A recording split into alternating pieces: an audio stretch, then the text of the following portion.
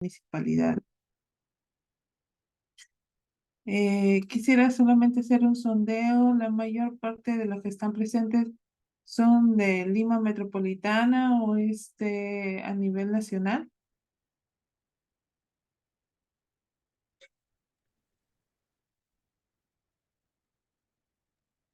Sí, Sí. licenciada, hemos tenido participantes tanto de Lima como de provincias también. Ah, ya, perfecto. Bueno, el día de hoy, bueno, voy a tomar como de referencia dos casos en particular. También me avisan, por favor, al momento que hay un receso para tener en cuenta ello. ¿Ok? Bien, primero voy a compartir digamos, esta parte que es el inicio de la gestión y que es importante que se tenga en cuenta en todas, digamos, como referencia, por lo menos, si es que no estamos en Lima Metropolitana, si no estamos acá en Lima, sino en provincia, y de qué manera, al ser un referente la capital para las demás provincias, respecto a los procesos de gestión urbanística, ¿no? Entonces, es importante que lo tengamos en cuenta porque, digamos que de ahí parte todos los procesos que podíamos conocer, que inclusive vamos a conversar el día de hoy, que es el tema de las licencias de habilitación urbana o las licencias de edificaciones o las licencias de funcionamiento, como también el tema de las inspecciones técnicas de seguridad en las edificaciones, los famosos SICs. Finalmente, toda esta documentación que son tramitadas por las municipalidades a través de las resoluciones correspondientes de las unidades orgánicas que forman parte de ella y que emiten las licencias útil y certificados o constancias e inclusive informes técnicos, eh, prácticamente todo tiene que ver con el tema de la planificación urbana. Sobre todo, más aún cuando, tanto el año pasado como este año, el año pasado que se aprobó la ley de desarrollo urbano sostenible, el 31313, y además en este año que ha salido su reglamento, ¿no? El reglamento recientemente tiene un par de semanas, ha salido un par de semanas que ya está publicado, ha salido el primer reglamento de 4 reglamentos, ¿no? Y es una ley que va a inferir en la planificación urbana de las ciudades, en la gestión del suelo, en la gestión de la propiedad, inclusive, eh, en todas las ciudades de nuestro país, ¿no? Y con este primer reglamento nos está marcando la pauta para el desarrollo de instrumentos urbanos que son de competencia municipal y que muchos representantes, funcionarios o los señores alcaldes de las municipalidades todavía no conocen o desconocen o conocen en parte, ¿no? Y es importante que eh, lo trabajemos, lo conozcamos y que, bueno, tengamos la posibilidad de que tengamos en cuenta dos cosas. En el tema de la planificación urbana no se puede tomar únicamente la parte técnica porque tiene un componente social, un componente de participación ciudadana. Muchas veces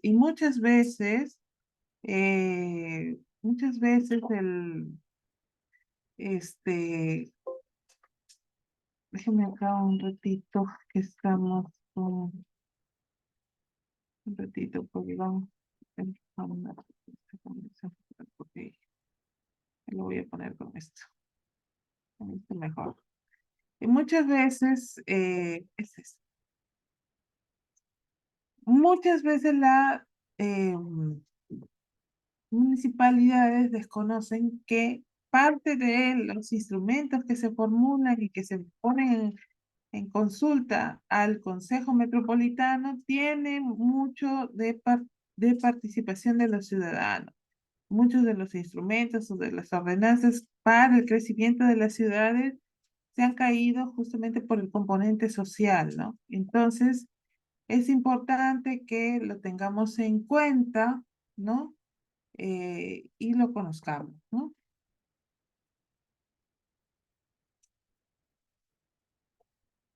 Por ejemplo, en el caso de los instrumentos de planificación urbana y de gestión urbanística, los planes reguladores son prácticamente el inicio del desarrollo de la gestión urbana en competencia municipal. ¿Qué viene a ser un plan regulador o qué es lo que se señala como un plan urbano? Según nuestra ordenanza o marco regulatorio, es un instrumento técnico normativo, ¿no? Y según la ley o el reglamento de la ley, cambia este instrumento a señalarlo como un proceso, ¿no? Un proceso a cargo de las municipalidades. Ya no lo determina como un instrumento, como un documento, sino como un proceso continuo. Y que es importante que encontremos la diferencia, porque el instrumento es, una vez yo desarrollo el documento y me olvido y de repente aplico una que otra licencia y ya. Pero al ser un proceso continuo, eso quiere decir que va a tener la municipalidad la competencia de hacerle seguimiento y evaluación al producto denominado plan urbano, ¿sí? Estos son los diferentes planes que nosotros vamos a encontrar en los instrumentos de planificación urbana y acondicionamiento territorial. Es el plan de acondicionamiento territorial, conocemos que está destinado para la provincia.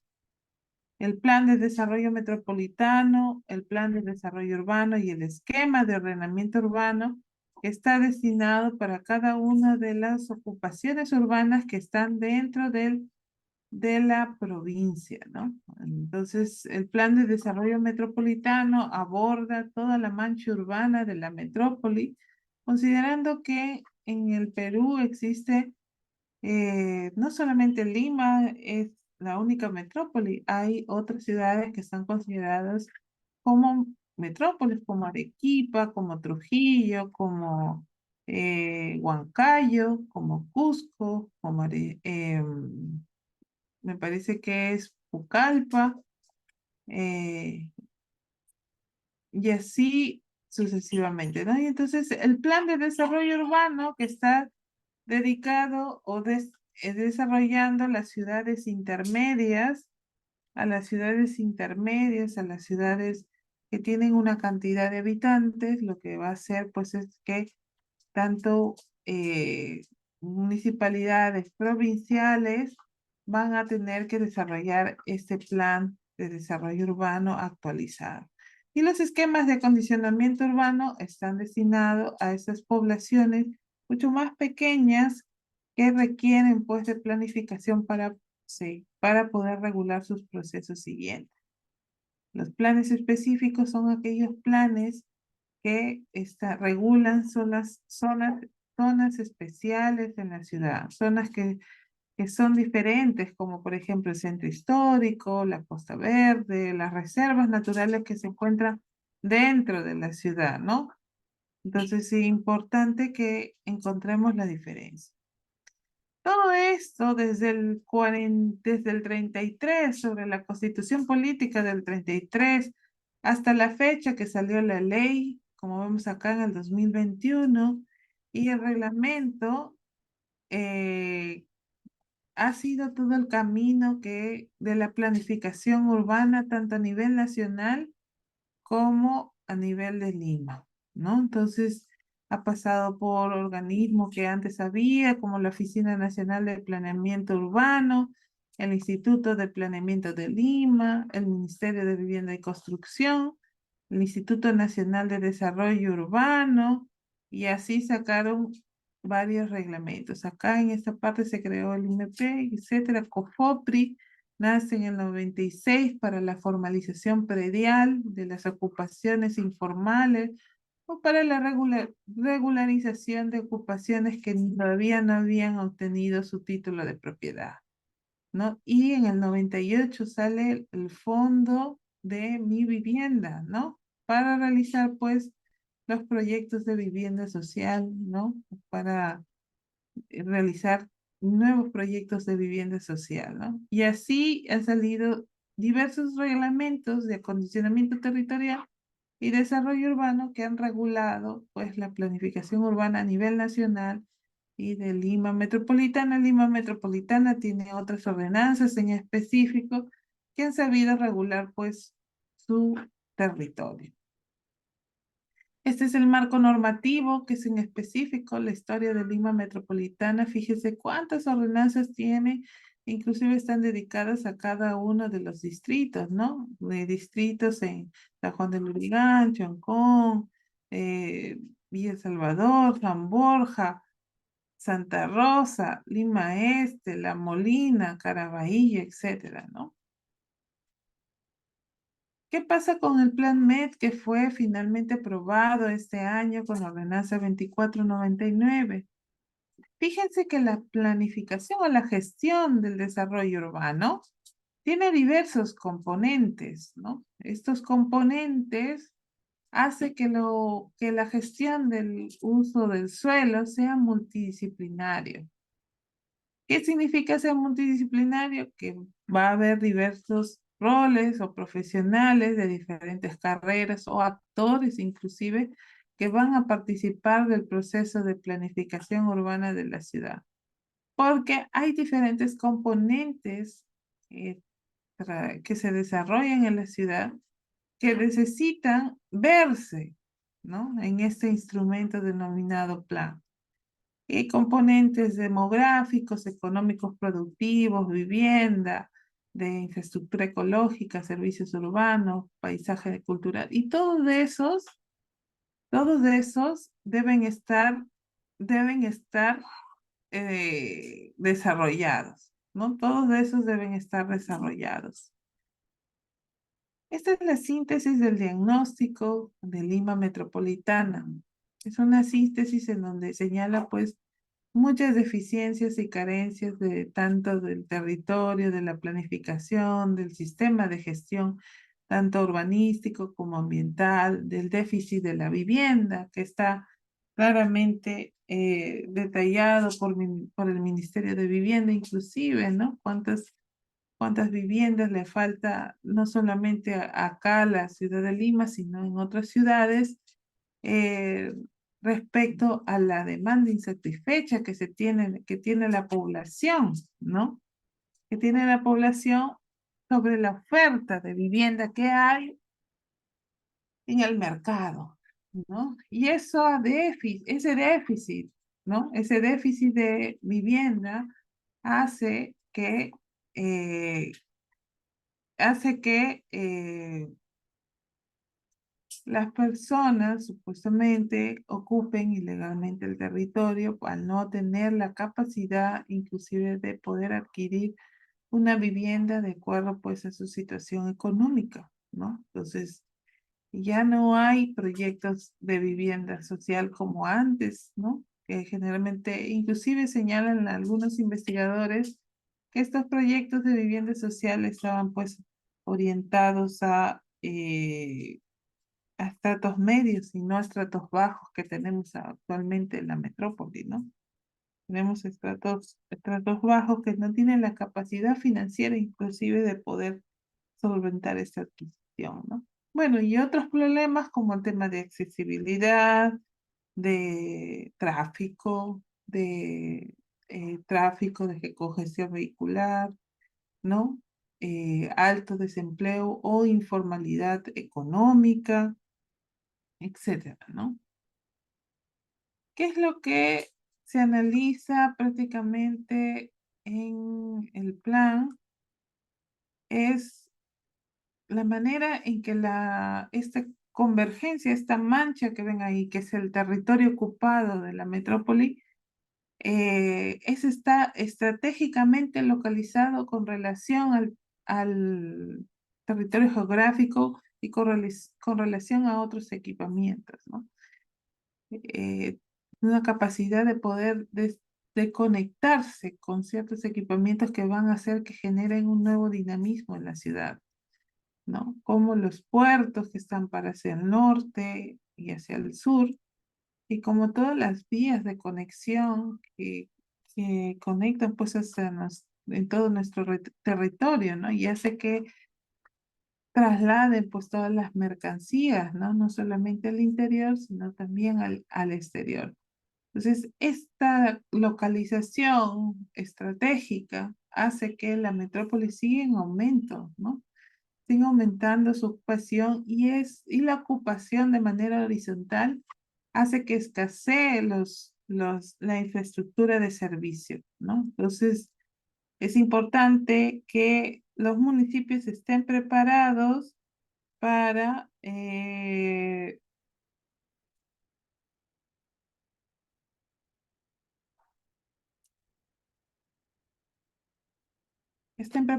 para recibir con esta nueva conectividad que se va a generar posiblemente por los nuevos puertos que se van a instalar tanto en Cañete como en Chancay, ¿no?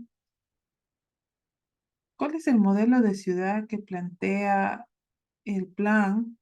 Eh, Finalmente, nuestra metrópoli, como está conformada, es una metrópoli policéntrica, en donde únicamente no va a sobrevivir con el área central, que son los distritos centrales, sino que se van a generar nuevos nodos atractores donde ven la palabra norte, este y sur. Es muy probable que se generen nuevos centros y estas municipalidades que están allí, que son balnearios, por ejemplo, tanto Lurín como Punta Hermosa, Punta Negra, o hacia el norte como Ancón, Caraballo, o hacia el este como Ate o Chaclacayo, tengan la posibilidad de generar oferta para la instalación de este nuevo nodo o centro urbano que va a demandar servicios, que va a demandar nuevas prestaciones, nuevos equipamientos, que va a demandar vivienda, porque se entiende que al tener esta conectividad que está supeditada a la instalación de varios puertos, o puerto de Chancay o puerto de Cañete, o la conectividad, la nueva conectividad que se podrá generar, va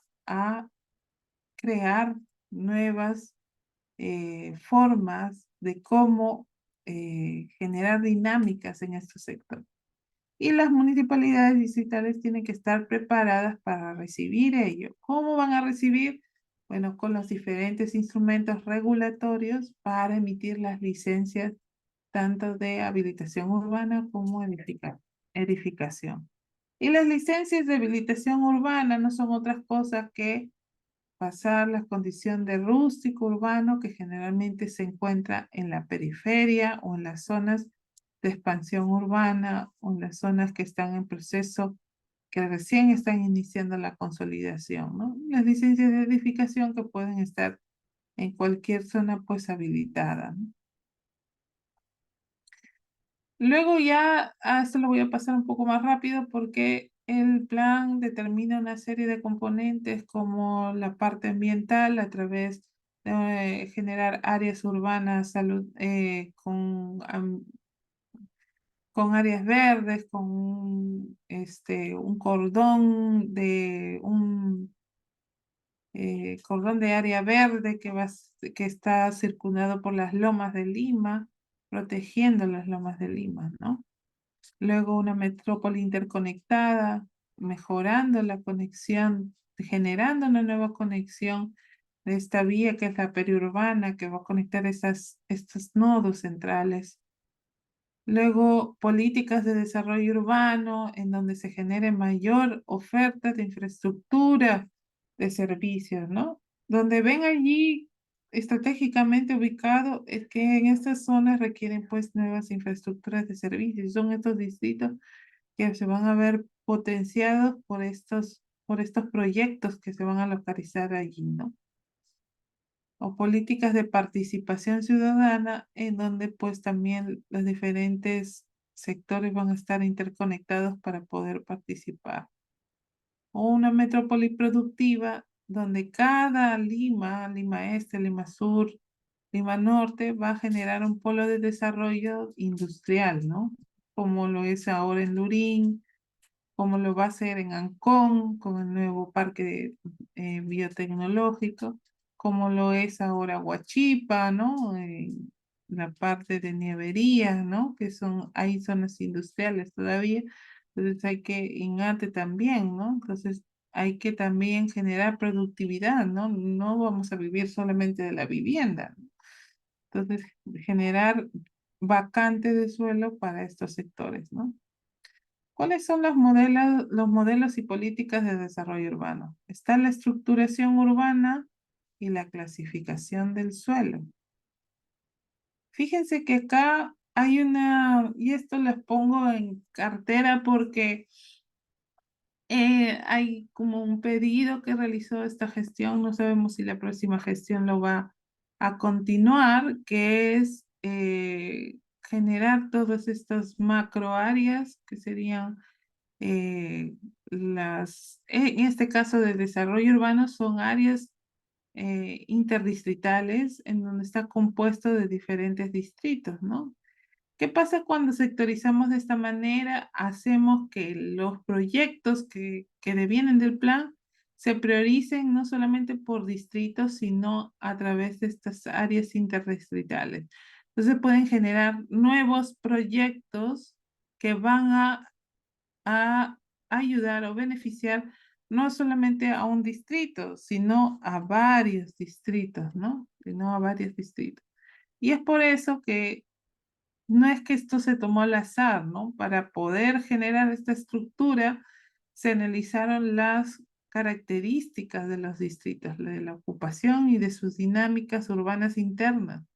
Y una vez que se generó ese diagnóstico, el equipo consultor que, que formuló el plan determinó que efectivamente se generen estas macroáreas que albergan varios distritos de la metrópolis para generar políticas que no converjan en un solo distrito en específico, sino en áreas grandes, interdistritales, y se generen proyectos de inversión mucho más grandes, ¿no?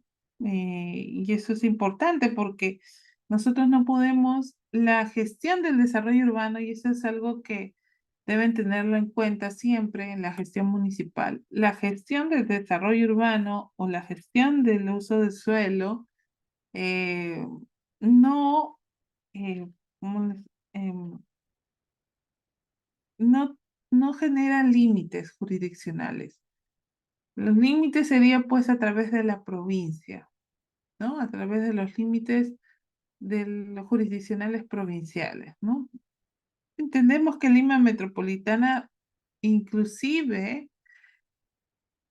va a tener que en un futuro revisar también cómo va a generar este crecimiento urbano, porque hacia el norte ya va a crecer hacia Huaral y hacia el sur prácticamente ya está conurbado con Cañete y hacia el este con Huarochirí. Imagínense ustedes que en algún momento esté en el área metropolitana como funcionarios directivos, gerentes, regidores, alcaldes, y que tengan esta problemática en donde la mancha urbana llamada metrópoli avanza de tal manera que ya no se diferencian los límites jurisdiccionales. Entonces, cuando vas por la carretera y no te das cuenta de que estás pasando una provincia, eso es prácticamente o una ciudad que está muy cerca, las ciudades, se les llama conurbación, o sea que están juntos, ¿no? Y no se, y y se desarrollan juntos y crecen juntos, ¿no? Entonces, y tienen una dinámica como si fueran hermanos, ¿no? Entonces, eso es lo que está pasando ahora en la metrópoli, porque nuestra dinámica de ocupación de suelo es horizontal. Y al ser horizontal ocupamos tierra, y al ocupar tierra seguimos avanzando hacia donde está la tierra vacante, ¿no? que no haya, inclusive en territorios que tienen pues pendientes, que son de riesgo, ¿no? Para la población, o territorios que no tienen infraestructura de servicio, como ha pasado hace muchos años, ¿no?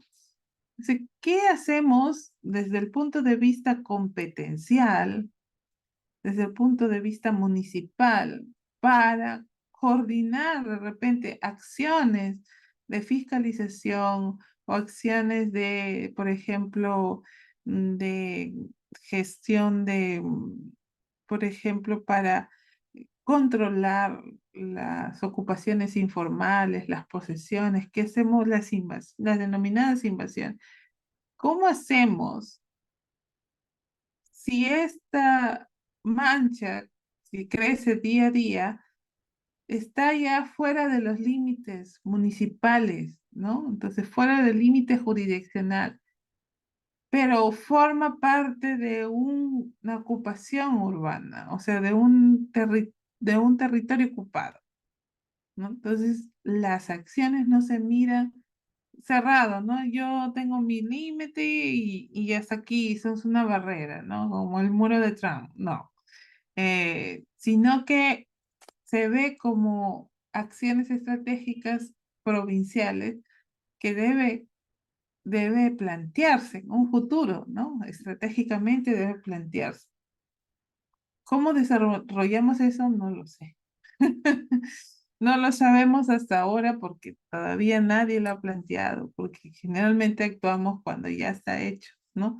Entonces, pero si ha habido un estudio, inclusive un estudio que se llama de la huella urbana, que fue impulsado por el programa de ciudades sostenibles del Ministerio del Ambiente, en donde determinó cuál era la tendencia de la ocupación del territorio de la metrópoli, hacia dónde está creciendo esta ocupación. Si bien es cierto, tenemos un límite que es Pasamayo en Ancón, eso no dista de que puedan ocuparlo. Imagínense, ocupar Pasamayo. Pero lo que ya está conurbado y prácticamente es el límite en Huarochirí, ¿no? En Chaclacayo, me parece que, eh, y por el sur con Cañete y Pucusana, ¿no? Con Chica, Pucusana, ¿no? Entonces, que ya prácticamente solo falta un poco más de ocupación y está conurbado, que quiere decir que se genera una nueva ocupación, una nueva dinámica urbana, y es muy probable como los que pueda haber inclusive conflictos territoriales, ¿no? En la ocupación del territorio. Por eso es importante pensar estratégicamente de qué manera podemos trabajar, ¿no?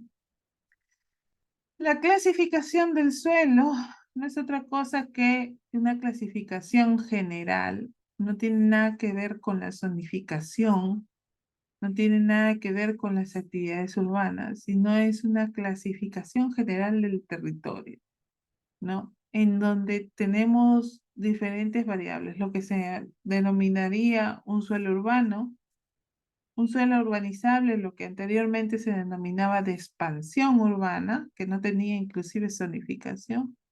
Un suelo de conservación, que está definido, determinado por áreas de preservación, ya sea natural o histórica, como patrimonio cultural de la nación, como el centro histórico, o de reservas naturales, como los pantanos de Villa, y un suelo rural que está determinado por las áreas agrícolas.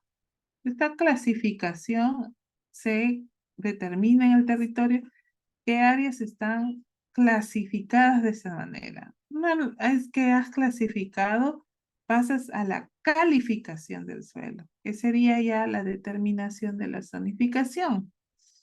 ¿Y qué zonificación tendría en este caso? Únicamente el suelo urbano es el que debería tener zonificación, únicamente el suelo urbano. Luego que se ha hecho la zonificación, pasas a los parámetros, los equipamientos, etcétera, ¿no? Tanto en planes como en actualizaciones de zonificación, ¿no? Como vemos acá, Lima Metropolitana, prácticamente, por no decir el 80% del territorio ocupado es suelo urbano, ¿no? Suelo urbano que tiene que que está asignado zonificación.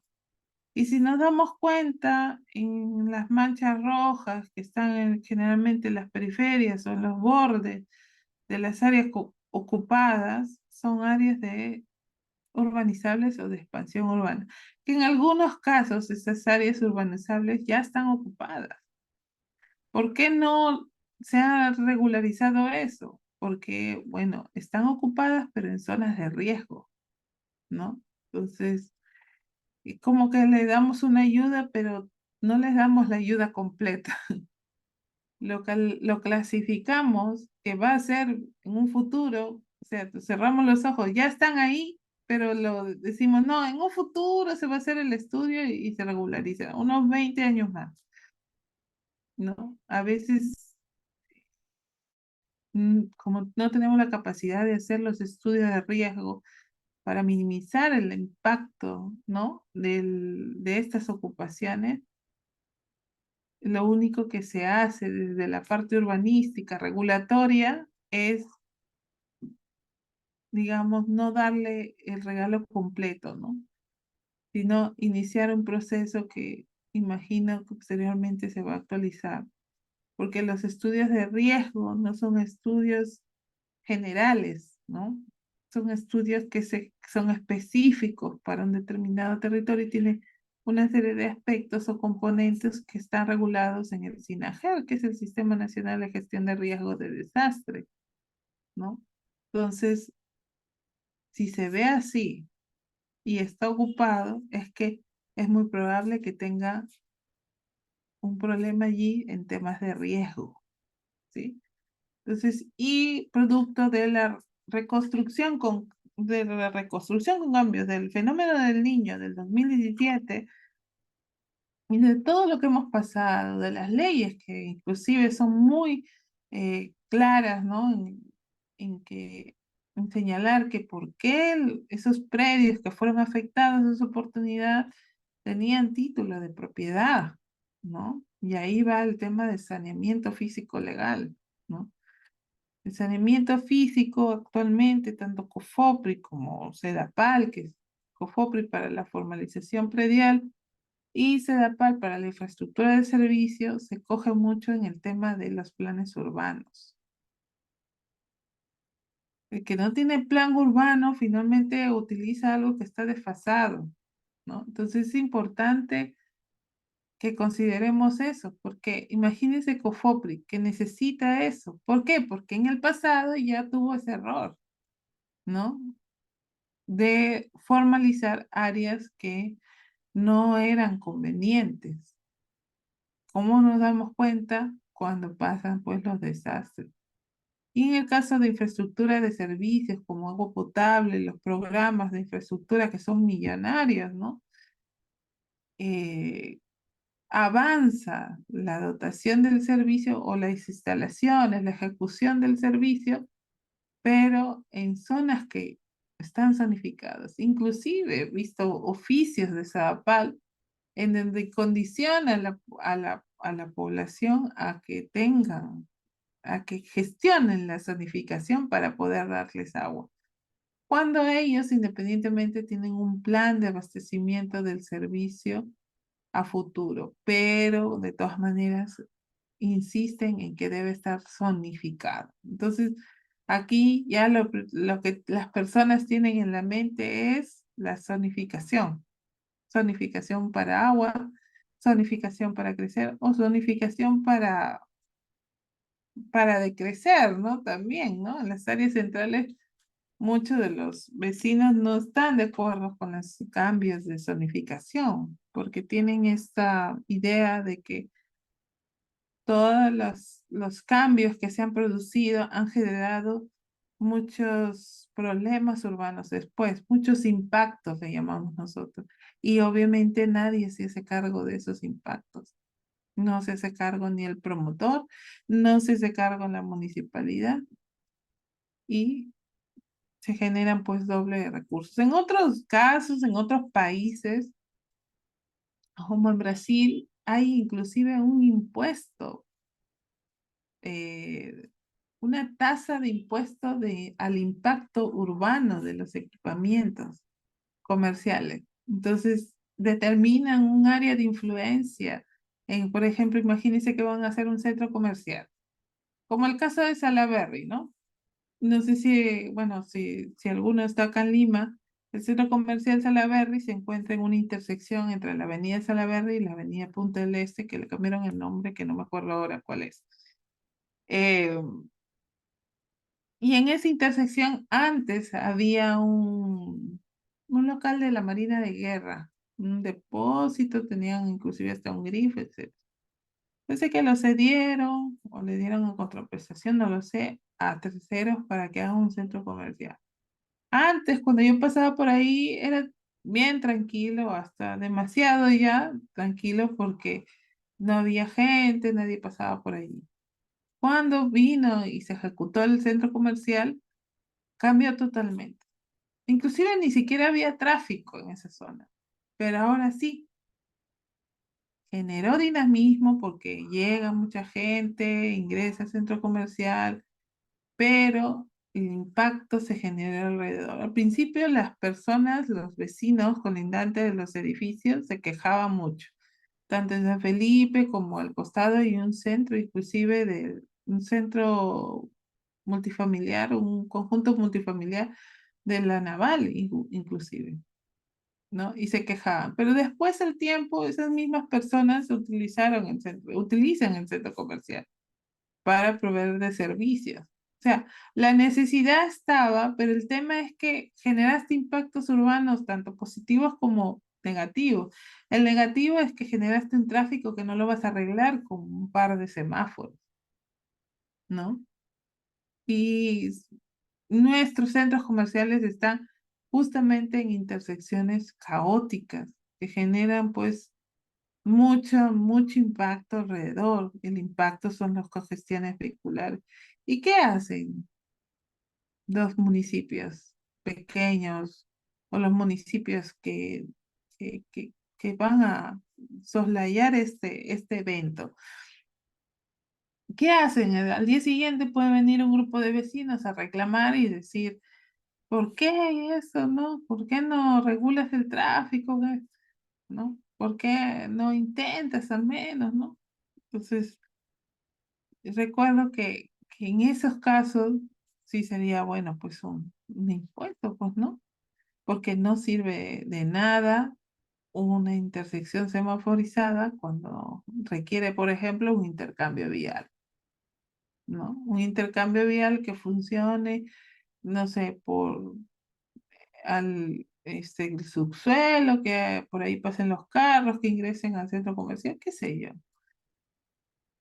Pero que a nivel tierra no se ve, a nivel de cero cero no se genere esta congestión, este malestar, esta incomodidad.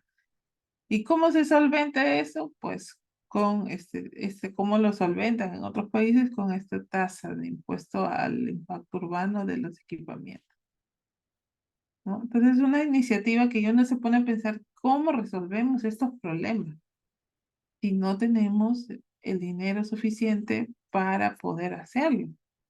Y recordemos que al ser gestores de ciudad, en el tema tanto de la gestión del suelo, tenemos la posibilidad de generar alternativas de cómo recuperar ese valor que generalmente está escondido en valor del suelo, ¿no?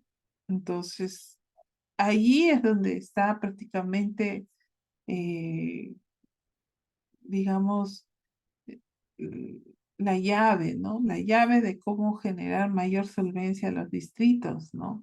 Y eso todavía no lo estamos viendo. Estamos esperando a que el Estado nos entregue, pues, el Estado, el sector central, el Poder Ejecutivo nos entregue una cantidad de dinero que es insuficiente para todo lo que hace una municipalidad distrital, al menos en el área central. Imagínense en el área periférica, que tienes que fiscalizar la ocupación de la tierra de manera ilegal. Es imposible,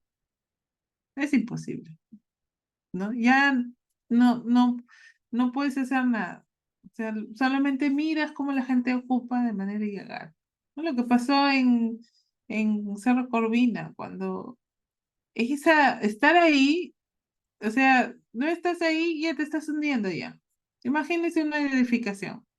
Es, eh, es irracional, pero la gente, yo veo, no solamente veo lo irracional que es la ocupación, sino también la necesidad que tiene la gente de tener vivienda.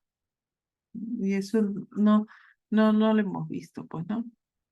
Y bueno, los suelos urbanos también están divididos en, en suelos urbanos consolidados, de transformación, en consolidación, los suelos urbanizables que son de expansión urbana, los suelos no urbanizables que son los de conservación, de protección de riesgo.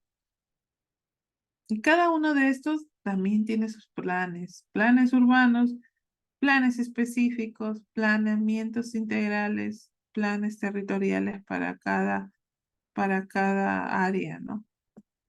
Temas de planificación, ¿no? ¿Cómo diferenciamos un suelo urbano de un suelo urbano consolidado en transformación de un suelo urbano en proceso de consolidación?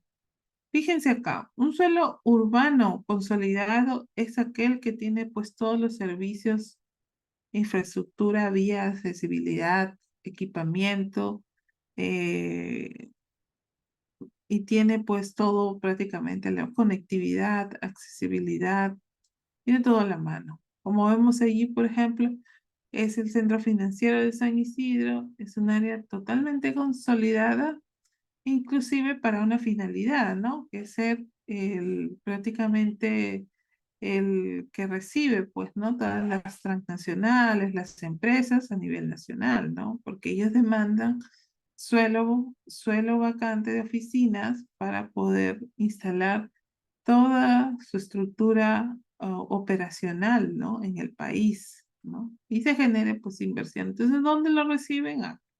En el centro financiero o en los nuevos centros financieros que se están generando, ya inclusive en Miraflores, en Surco, etcétera.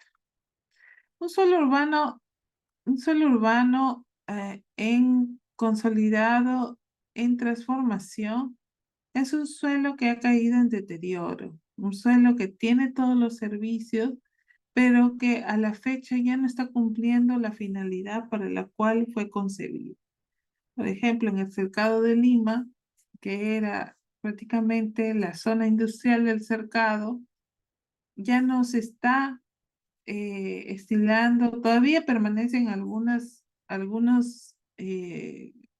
actividades industriales, pero otros propietarios están cambiando, están transformando el área, lo están transformando y lo están cambiando a vivienda, por ejemplo, ¿no? Entonces se comienza a desnaturalizar lo que ya tenías pues allí ocupado, ¿no? Y eso es que al momento de cambiar, cambias el uso, ya se produce una transformación en el territorio. Es por eso que siempre se pone ahí en proceso de transformación, porque el uso que vas a utilizarlo ya no es el mismo con el cual iniciaste. Un suelo urbano en proceso de consolidación es un suelo, como vemos allí, que está ocupado de manera informal, que los procesos de ocupación del suelo no tienen las condiciones mínimas para poder vivir, las condiciones básicas para poder vivir, ¿no? Y generalmente son las laderas de Caraballo. Fíjense cómo están colocadas las viviendas sobre pircas, son viviendas de material liviano, porque no debe generar peso, da mucho peso sobre las pircas, pero aún así la accesibilidad, la forma como está construido, genera pues todo este riesgo ante un evento de desastre, ¿no? Pero si se dan cuenta, está en proceso de consolidación. ¿Qué quiere decir? Tiene un material liviano que todavía no ha sido consolidado con construcciones, ¿no? De concreto armado, por ejemplo. Luego tenemos un suelo no urbanizable rural que está también en la cuenca del río Chillón, ¿no? Un suelo urbanizable que es de expansión urbana con ocupación, ¿no? Aquí. un suelo urbanizable sin ocupación y sin zonificación, ¿no? De conservación, ¿no? Y de protección de riesgos, ¿no? Porque debe estar acá la cuenca, ¿no? Este es un suelo urbano que cuenta con todos sus servicios, todos los equipamientos y está en proceso de densificación. Un suelo urbano de transformación cuando áreas comenzaron con un uso y fueron deteriorándose o transformándose a un uso no previsto en su inicio. Un suelo urbano en consolidación es la ocupación de menor escala del territorio, pero de manera, inclusive puede ser de manera horizontal. Un suelo urbanizable es un suelo futuro, un suelo de expansión urbana, ¿no? Y luego están los suelos que no se pueden ocupar, que son los suelos de conservación, los de riesgo, de desastre, y los suelos rurales, ¿no? Que hay que proteger también el alimento. Esa gobernanza metropolitana, en la gobernanza metropolitana es importante generar, pues, cuáles son los actores principales para el desarrollo de la planificación urbana en ese territorio. Bueno, será la Municipalidad Metropolitana de Lima en el área de la metrópoli y en el área de y en otras ciudades serán pues las municipalidades provinciales que tienen la competencia de gestar el desarrollo urbanístico. Y por otro lado están los otros actores que son pues los comités de las áreas eh, de los distritos, ¿no? Los comités de los distritos. Todos ellos convergiendo van a ser pues prácticamente todo este sistema de planificación urbana. ¿Cuál es la estrategia que plantea? Bueno, una serie de, digamos, parámetros que va a plantear para ello, ¿no? Una serie de parámetros que requiere para mejorar las condiciones urbanas de la metrópoli.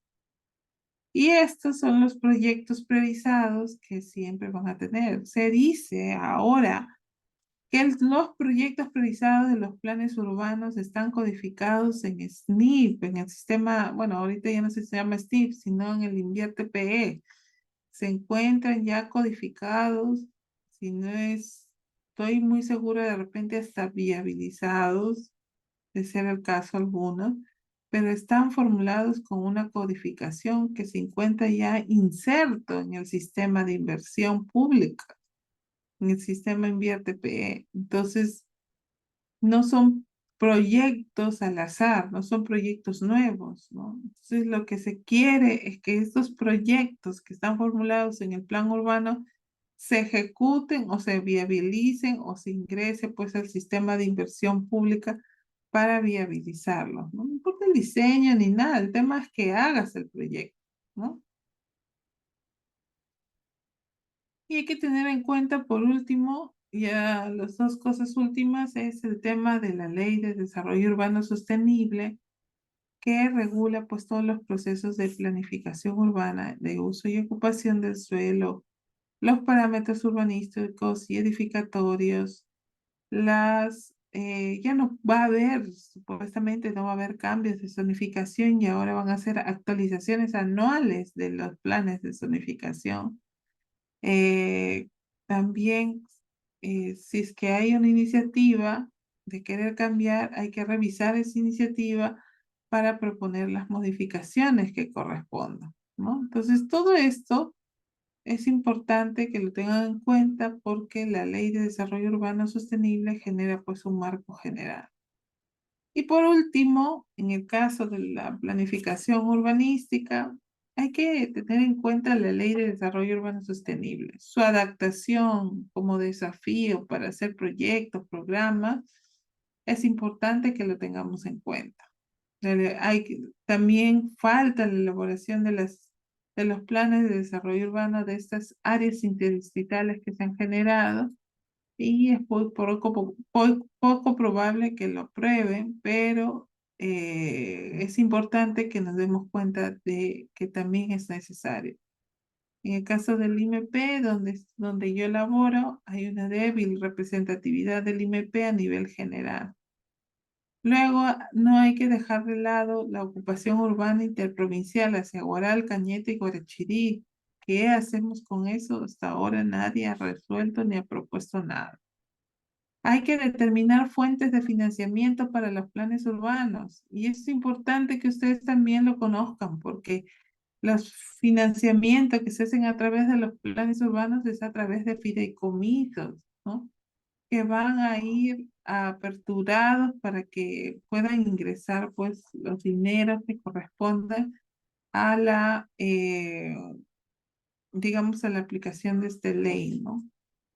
Luego otros mecanismos legales, presupuestales para fiscalizar las tierras y finalmente la carencia de conocer estos instrumentos hace que sea mucho más difícil la recuperación de plusvalías urbanas o de valor de la captación del valor del suelo, superando pues las ganancias de las personas, ¿no? Entonces, no sé si hasta ahí, bueno, hasta aquí yo ya terminé esta presentación.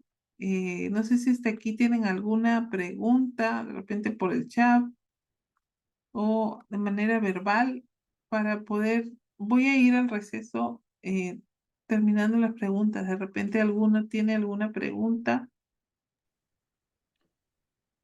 Gracias, licenciada.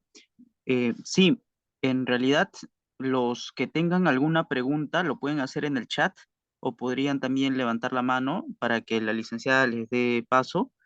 O en todo caso también, licenciada, podríamos tener ya el receso de 10 minutos y regresamos, ¿no? Para la segunda parte de la Ujú. exposición y luego ya al final hacemos la ronda de preguntas también. Ya, ya está bien. Para que no se pierda el hilo, si es que tienen alguna pregunta, lo realizan y si no, en todo caso, ya el término de la segunda exposición. ¿Sí? Entonces, veo que no sé si alguien tiene alguna Sí, pregunta.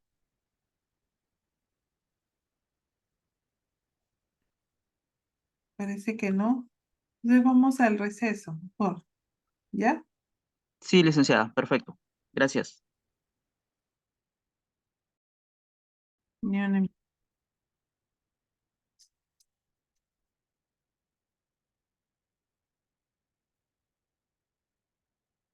Listo.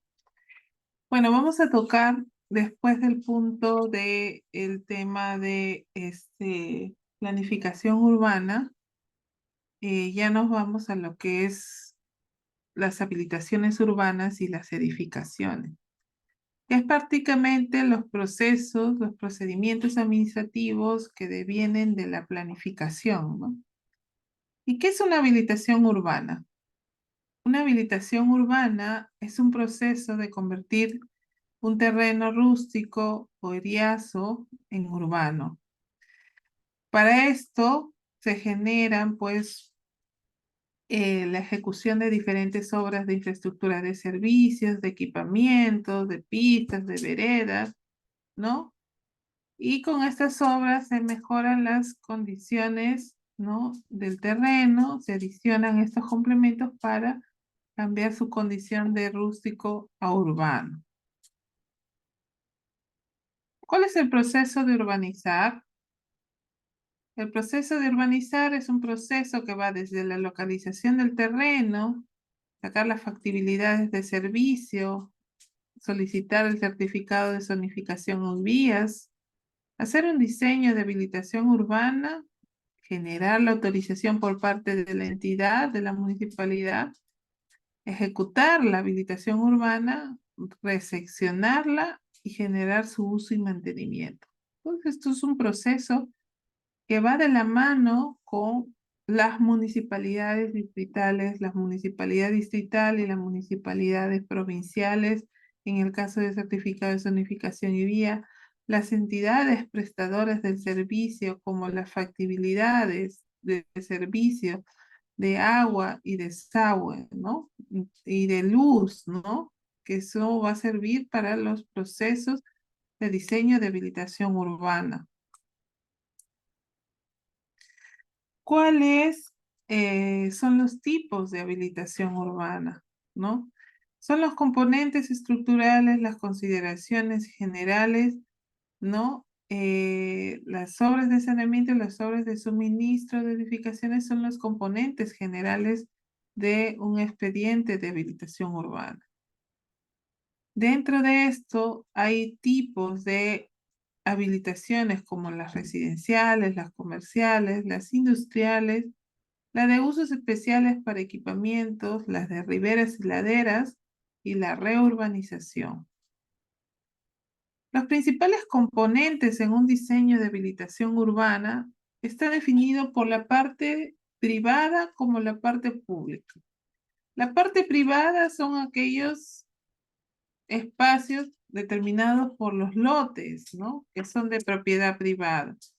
Y los espacios públicos que están determinados por las vías, los parques, las plazas públicas, los equipamientos, ¿no? Los aportes, como los aportes educativos, los aportes de salud o los aportes de locales comunales, ¿no? Los aportes de recreación a través de los parques, las servidumbres por los cables de alta tensión, las aguas de regadío, las tuberías y otros servicios, ¿no? Fíjense acá en este proyecto de habilitación urbana. Los terrenos de dominio privado son las edificaciones o los lotes que se encuentran en estas manzanas, ¿no? Y los terrenos de espacios públicos están definidos por los parques, por el área central y los aportes reglamentarios tanto de educación como de salud, ¿no? Realmente la habilitación urbana está definida con una composición que a través del núcleo urbano se emplazan pues todas estas manzanas y lotes, ¿no? Manzanas y lotes que van a componer esta habilitación urbana de uso residencial y mixto. ¿Cuáles son los principales componentes de diseño de una habilitación urbana? Primero son las vías. Las vías deben integrarse al sistema vial a través de lo establecido en un plan de desarrollo urbano. Todas las secciones viales deben cumplir con los módulos viales de acuerdo a los planes urbanos que están aprobados. Es importante que de encontrarse vías expresas o arteriales e intercambios viales, estos se determinen o se reserven. Por ejemplo, hay vías expresas o regionales, ¿no? Que se tiene que preservar, ¿no? Hay vías que son las internas propias de la habilitación urbana y hay vías que son las externas, las expresas, ¿no? Las expresas, las regionales, ¿no? Que esas vías se tienen que reservar, que quizás nosotros como desarrolladores o ustedes o como funcionarios o los desarrolladores, mejor dicho, no lo ejecutan, sino parte de esas vías expresas los ejecuta de repente el Poder Ejecutivo a través de una concesión o la municipalidad provincial o las municipalidades distritales, ¿no? Vías secundarias, ¿no? Entonces, estas vías se reservan en estos procesos de habilitación urbana, ¿no? Para que posteriormente el gobierno municipal, con recursos, ¿no? Pueda ejecutarlo. Fíjese, esta es una sección vial en donde pues hay espacios de jardines de aislamiento, veredas, ciclovía, ¿no? Y está en el límite, ¿sí? De los lotes, ¿no? De los lotes. ¿Cuáles son los principales componentes en el diseño de una habilitación urbana? Está la lotización, que está compuesta por las manzanas que están conformadas de uno a más lotes. Estas se encuentran delimitadas por vías públicas, pasajes peatonales o parques públicos, como vemos en el caso de la imagen que vemos en la parte inferior. Fíjense, acá también hay un manzaneo, inclusive más se puede trabajar manzaneo de edificaciones multifamiliares, manzaneo de lotes industriales o manzaneo de lotes comerciales, ¿no? Y se trabaja, pues, se puede trabajar a nivel de sectores o por etapas, ¿no? Siempre estos manzaneos o estas macro manzanas van a ser alrededor de las manzanas, están las vías y los pasajes, ¿no? Entonces, o los parques públicos delimitados siempre con una vereda para que no ocupen el parque, ¿no? Otro componente son los aportes reglamentarios. Los aportes reglamentarios son obligatorios para la recreación pública, para los servicios complementarios como educación u otros fines, se destinan de acuerdo a un porcentaje que determina la normativa, ¿no? Este porcentaje se calcula del área bruta reducido de las vías expresas arteriales o colectoras u cualquier obra de carácter regional. ¿Qué quiere decir? Que de las áreas brutas se descuentan las vías expresas y de esa área o colectoras o arteriales o secundarias y de esa área se calculan los soportes, ¿no? Cuando el área del aporte resultante sea menor al área mínima, podrá ser redimida en dinero. Se hace un cálculo del valor comercial para poder pagar eso que no puedes dejar. Imagínense que ustedes son un lote de 1000 metros cuadrados, o mejor dicho, un predio rústico de 1000 metros cuadrados o 2000 metros cuadrados que quieren hacer un solo lote único. Al hacer un lote único, no vas a poder dejar áreas para aportes, ¿no? Porque prácticamente al sacar el cálculo se va a comer prácticamente casi la mitad de tu área útil o una cuarta parte de tu área útil. Eso que no vas a dejar es la redención en dinero. Al no tener la posibilidad de dejar el aporte físicamente y siendo este menor al área mínima requerida por la norma, se puede pagar en dinero a cada entidad que le corresponde, tanto las municipalidades distritales mediante los aportes de la creación pública, como al Ministerio de Educación, ¿no? Como el Ministerio de Salud, ese era el caso. ¿No? Acá vemos que hay aportes, ¿no? Tanto de educación como parques, ¿no? Que deben estar determinados dentro de la habilitación urbana, ¿no? ¿Cuál es el contenido de un proyecto de habilitación urbana? Este proyecto, por ejemplo, si es un proyecto que está en zonas de expansión urbana y que no está cerca, que no está cerca a ninguna trama urbana cercana, se hace un planeamiento integral. Por ejemplo, ¿no? Yo voy a hacer acá un dibujo. Por ejemplo, en esta parte, digamos, yo tengo mi terreno acá, un terreno rústico. Y yo tengo todo el área consolidada por acá, ¿no? Por acá pasa una vía y acá otra, ¿no? Entonces, ¿cómo hago para conectar este terreno con esta es el área urbana? ¿Cómo hago para conectar eso?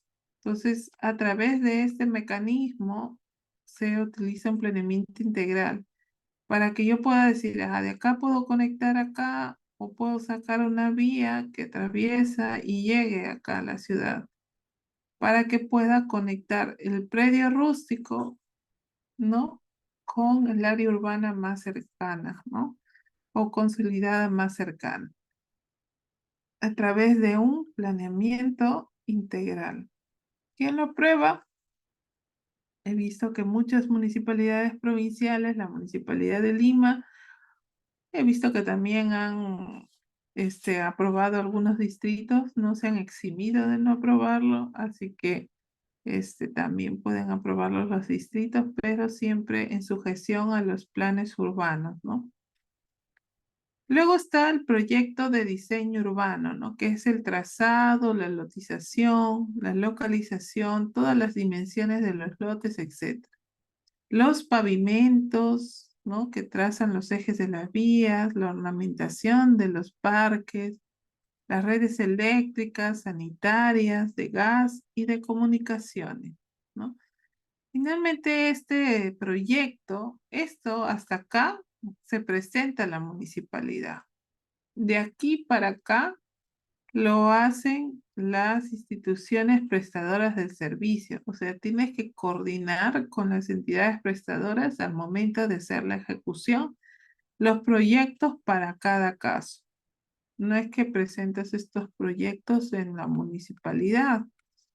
La municipalidad solamente presentas hasta la ornamentación de parques. Lo que presentas acá tiene que ser coordinado con las entidades prestadoras del servicio, ¿no? ¿Mm? Hasta con eso, al momento de ejecutar o previo a la ejecución. Dentro de la habilitación residencial tenemos diferentes tipos de habilitaciones residenciales, ya sea los convencionales, como son las viviendas, o la vivienda taller, la vivienda tipo club estacional, o la habilitación y construcción urbana especial, que es la de techo propio. ¿Cuáles son el resto de habilitaciones urbanas? Como la habilitación comercial, que también tiene diferentes tipos. La habilitación industrial, depende de su capacidad. La de industria pesada básica es la más, digamos, la más contaminante. Habilitación en riberas de playas de usos especiales y la reurbanización.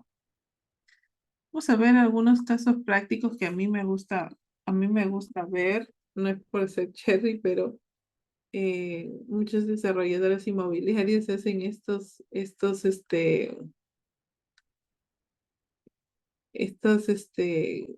videos, ¿no? Que yo he rescatado porque son con vuelo dron y se ve pues toda la habilitación, ¿no?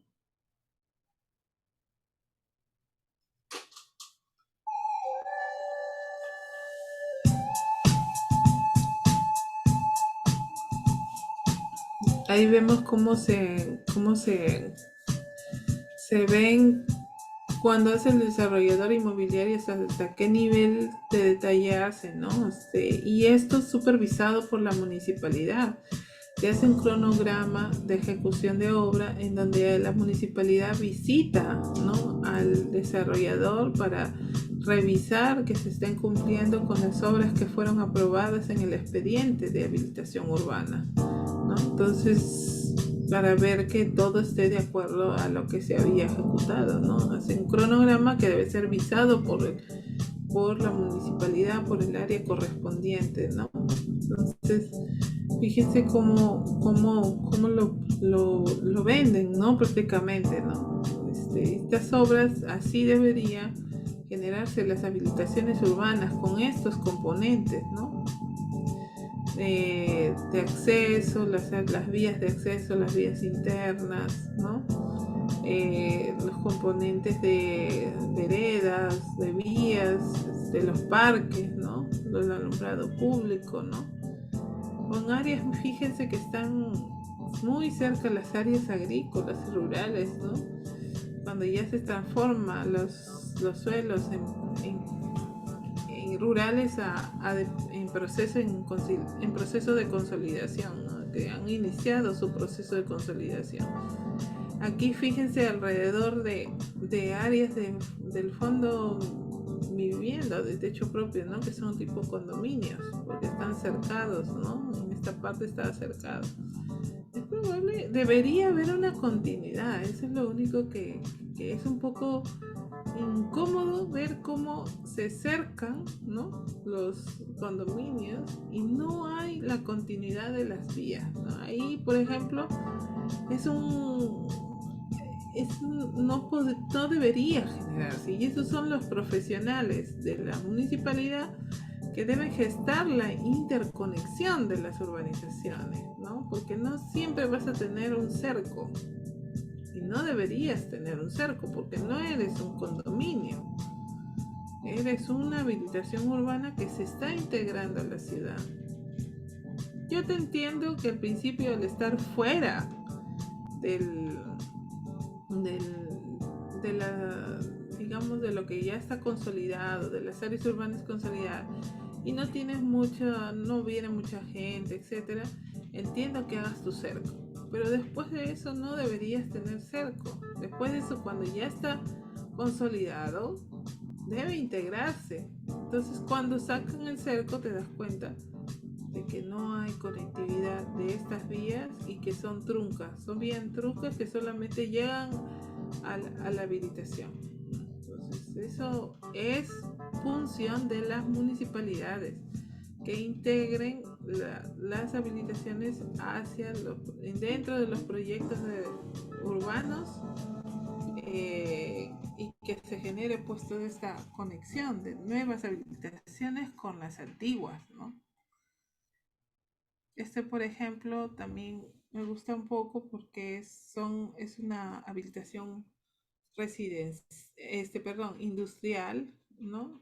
Que son terrenos de gran dimensión, como vemos acá, ¿no? De 1000 metros cuadrados como mínimo, grandes manzanas, tiene las vías, las veredas, está completo el alumbrado, la infraestructura de servicio, ¿no? Tiene agua, desagüe, ¿no? Y la conectividad de esta vía principal con la carretera panamericana, que es lo que debe preservar, ¿no? Preservar o digamos vender, esto es lo que vende esta zona. Vende la posibilidad de que esto, que son depósitos, fíjense, ¿no? Hacia dónde está conectando, ¿no? Hacia qué está conectando para poder tener salida de la habitación, ¿no? Salida estratégicamente, ¿no? Una habilitación, si se dan cuenta, en una habilitación urbana residencial, no te presenta la conectividad, no te presenta la interconexión, ¿no? Como lo que te está planteando acá. Acá lo que necesita es cómo sacas tus productos de aquí, ¿no? ¿Cómo sacas? Porque estás lejos, ¿no? Entonces, ¿por qué estás lejos? Porque necesitas grandes áreas para eso.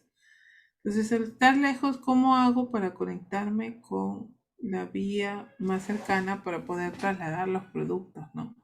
Eso también se tiene que pensar en las habilitaciones urbanas industriales, ¿no? Entonces, al momento que se hacen los proyectos o se evalúan los proyectos de habilitación urbana, también tiene que ver eso.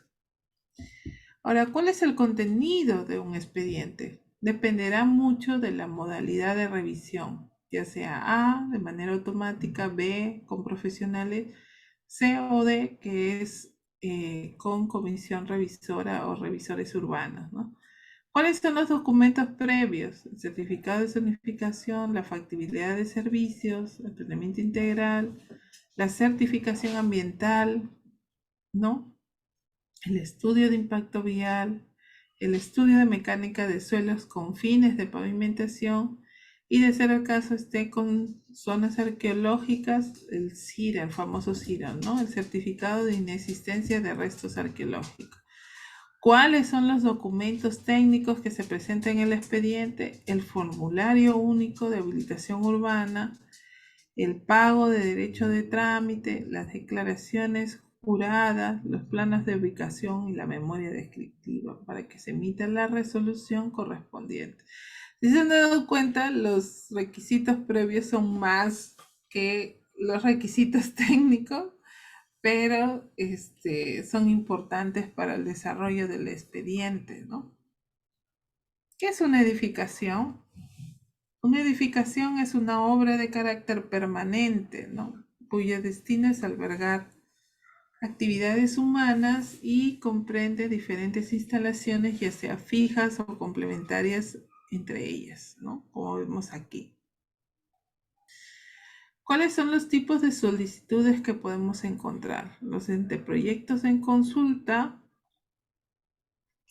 y los de la solicitud de proyecto, que es la de licencia de edificación, que es ya la propuesta completa, ¿no? Lo de proyecto en consulta es para revisar la arquitectura, ¿no? Pero ya la licencia de edificación se presenta todo completo el proyecto, depende de las modalidades. ¿Cuál es el contenido que me piden en un proyecto? Pues todas las especialidades: arquitectura, estructura sanitaria, eléctricas, en algunos casos climatización, que es aire acondicionado, instalaciones mecánicas o de comunicaciones, instalaciones de gas, ¿no? También, ¿no? ¿Cuáles son los tipos de edificaciones? Son aquellas que está definido en el reglamento de edificaciones, ¿no? En el reglamento de edificaciones están los tipos de, digamos, de edificaciones que se pueden desarrollar, ¿no? Desde las viviendas, los tipos de vivienda, pasando por hospedaje, colegios, que tienen inclusive normas específicas y no solamente el reglamento, sino que hay normativa inclusive para salud, también hay infraestructura, normativa de infraestructura sanitaria, industria, comercio, ¿no? Etcétera. ¿Cuál es el contenido de un expediente de edificación? Dependerá igual de la modalidad, ¿no? Los documentos previos son un poco más pequeños, que son el certificado de parámetros para ver los demás parámetros, no solamente la zonificación, la factibilidad de servicio, las certificaciones ambientales, los estudios de impacto vial y el estudio mecánica de suelo, pero con fines de cimentación. Los documentos para la edificación, que son técnicos: formulario único de edificación, los pagos, las declaraciones juradas, todos los planos de las especialidades que hemos visto anteriormente, y la memoria descriptiva también por especialidades. ¿Cuál es el procedimiento para aprobar una habilitación urbana y edificación?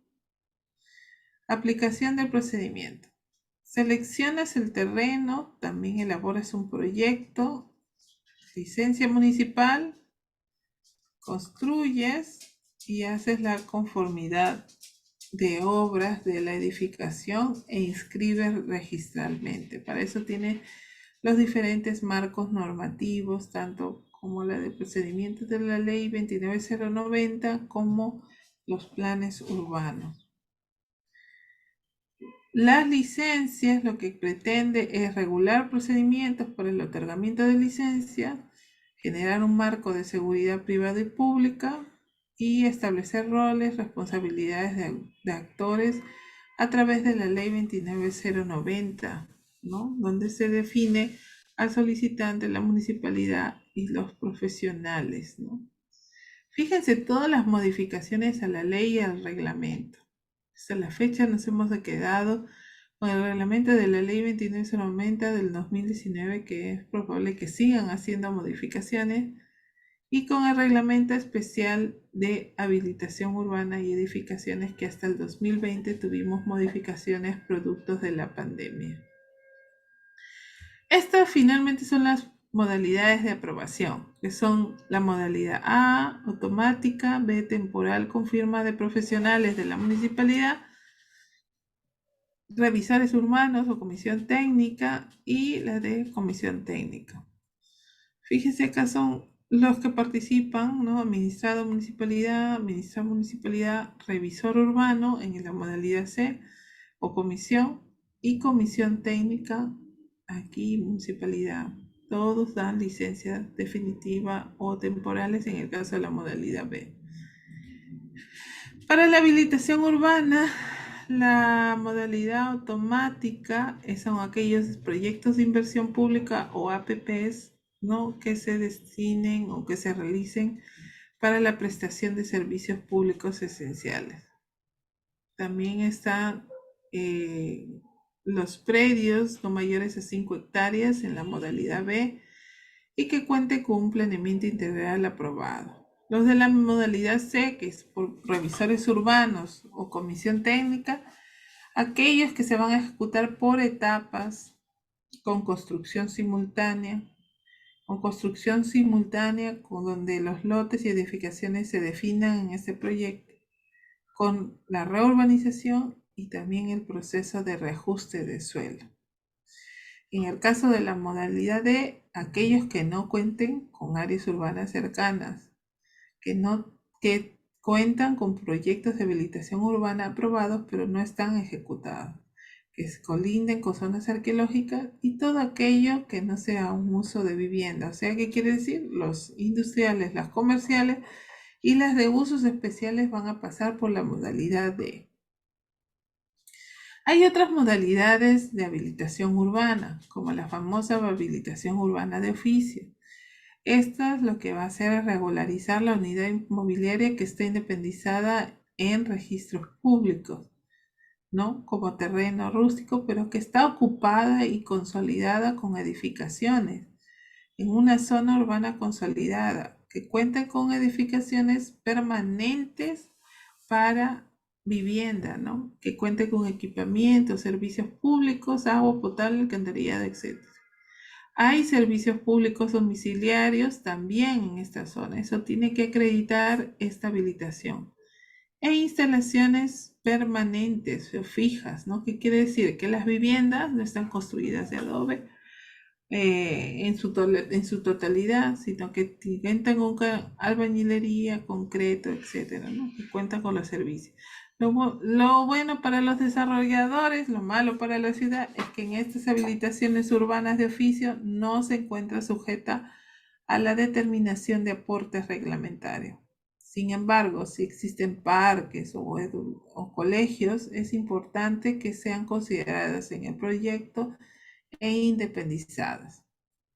Luego está la habilitación urbana especial, que es la que es para el Fondo Vivienda Techo Propio, y estos se pueden dar en cualquier tipo de casos, ya sea en áreas urbanas, de expansión urbanas, deterioradas, en laderas, etc. En cualquier tipo de zonificación, inclusive hasta en otros usos o zonas no reglamentadas. En tipo de vivienda que es tipo 4 o tipo 5, que los lotes de vivienda son entre 90 a 70 metros cuadrados. Los aportes reglamentarios son recreación pública de 8% y Ministerio de Educación de 2%. Edificaciones según modalidad. La modalidad A, la modalidad B, la modalidad C y la modalidad D. Son las mismas modalidades, pero depende del tipo de edificación, del tipo de proyecto. Viviendas multifamiliares, remodelaciones que no afecten las estructuras, obras menores o cercos menor a 20 metros, etcétera, obras de carácter militar, inclusive los proyectos de inversión pública, las universidades, los establecimientos de salud tienen que comunicar a la municipalidad que están haciendo construcciones, por lo menos comunicar para sacar la licencia en modalidad A, presentar el expediente conforme al contenido, pero se va a aprobar de manera automática, ¿no? Que no va a ir por una comisión o una revisión. Presenta el expediente, de acuerdo a los contenidos, se revisa y se genera la resolución. No debería demorar, ¿no? Luego está la modalidad B, que son viviendas de hasta 5 pisos, cercos, ampliación o remodelación que sí afecte estructuras, demolición, proyectos edificatorios. Acá tampoco, tanto en la A, ni como en la B, ni como en la C, están las obras de patrimonio cultural. Eso está en la D. O en la D con comisión revisora de proyectos. Acá viviendas con semisótano o sótano. Dentro de la modalidad C ya comenzamos a hablar inclusive de edificaciones multifamiliares mayores a 5 pisos y de conjuntos residenciales, ¿no? Uso mixto con vivienda, locales comerciales hasta 30.000 metros cuadrados, que son 3 hectáreas, mercados, locales de espectáculos. Otra modalidad, las edificaciones industriales o los locales comerciales mayor a 30.000, mercados mayor a 15.000, locales, prácticamente todo lo que no está definido acá, ¿no? Que son los grandes proyectos. edificatorios. ¿Cuáles son los aspectos condicionantes en las licencias? Para la licencia de edificación, el terreno debe contar por lo menos con un proyecto de habilitación urbana aprobado. Se dice que las licencias de edificación ya no se... Antes se permitían las licencias de edificación sin, digamos, sin tener habilitación urbana. Ahora no. Ahora desde el certificado de parámetros se dice ahí, no tiene habilitación urbana. Por favor, hacer la habilitación urbana antes de tramitar la licencia de edificación. O simplemente lo declaran improcedente, inclusive en muchos casos, ¿no? Por no tener la habilitación urbana aprobada. Para la conformidad de obra debe encontrarse registrada la recepción de obras de habilitación urbana. Para las licencias, revalidaciones deben ser inscribibles en registros de pool, en registros de predios. Las licencias recaen sobre uno o más predios y producen todos sus efectos, ¿no? ¿Cuál es la secuencia de un inicio de obra o una de verificación técnica? Ingresa el expediente, se recepciona, se verifica, pasa a la comisión, se entrega la licencia, que esta es la parte previa, y luego comunica el inicio de obra. Siempre debe comunicar el inicio de obra, ¿no? Para eso se debe establecer la fecha, al responsable de la obra. Acá hay una verificación técnica que debe pagar el que quiere el propietario, ¿no? Para hacer las supervisiones, porque hay que hacer supervisiones de acuerdo al cronograma aprobado, ¿no? Hay que pagar y hay que generar una póliza de seguro, sobre las obras que de la parte edificatoria, ¿no? A ver, un momentito. Sobre el valor de la obra, porque cuando sacas la licencia de edificación, haces el cálculo del valor de la edificación, ¿no? Entonces tienes que generar una póliza seguro que tienes que presentar a la municipalidad para poder iniciar obras, ¿no? Comunicación, designación de responsables, suscripción del cronograma de visitas, entrega de póliza y pago de las verificaciones técnicas. Una obra en sí misma no autoriza la ejecución, o sea, la licencia, mejor dicho. Ya te entregué tu licencia y ya puedes construir, ya. Pero primero cúmpleme con esto antes de que inicie la obra. Si, por ejemplo, han otorgado una licencia, ustedes están haciendo acciones de fiscalización, ustedes pueden paralizar la obra siempre y cuando esta persona no haya comunicado a la municipalidad el inicio de obra. Ellos tienen que presentar esa solicitud y el cronograma suscrito y visado por parte de la sugerencia de licencias o la gerencia de licencias y que se haga la programación de visitas técnicas o de supervisión durante la ejecución de la obra. Si llegan y no encuentran eso, pueden paralizar la obra de acuerdo a lo que señala la ley y el reglamento.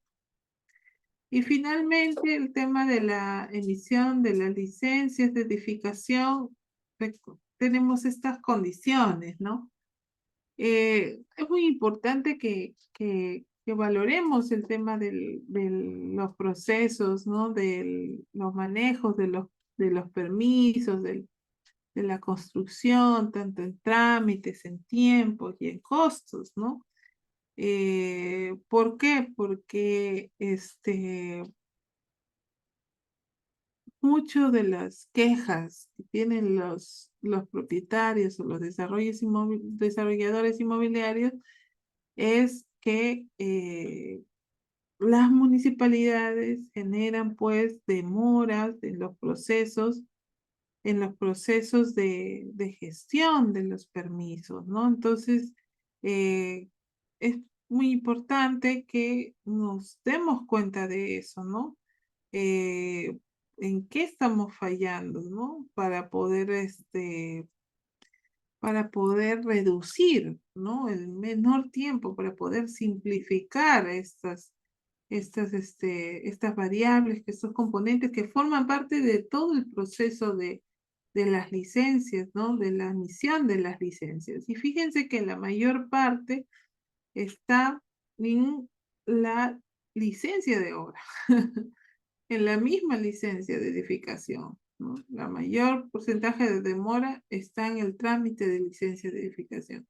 Entonces, ¿cómo hacemos desde la municipalidad para disminuir los tiempos, los trámites y simplificar el proceso, ¿no? El proceso de emisión de la licencia correspondiente, ¿no? Entonces, después de eso está pues la instalación del servicio de agua y el registro de declaratorio de fábrica que es ante SUNAT, ¿no? Entonces, porque necesitas la conformidad de obra, etcétera, ¿no? Entonces, ahí es un poco, miren, ¿cuánto demora? Eso es para el 2020 y solamente estamos de referencia dos años, ¿no? Que es la pandemia, ¿no? Entonces, 137 días para tramitar una licencia de obra o para ejecutar una obra, ¿no? Entonces, imagínense cuánto tiempo eso equivale, ¿no? Prácticamente son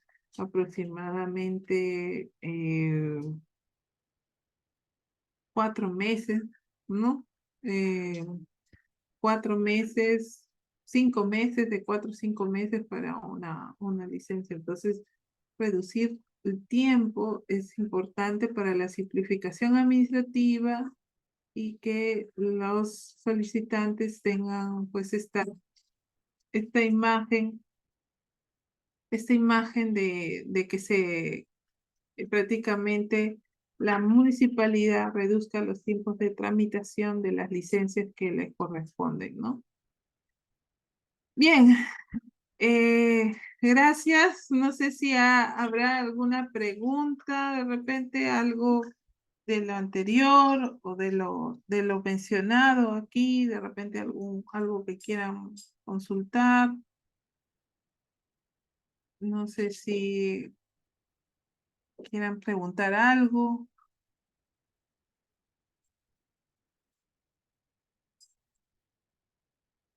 o generar algún caso.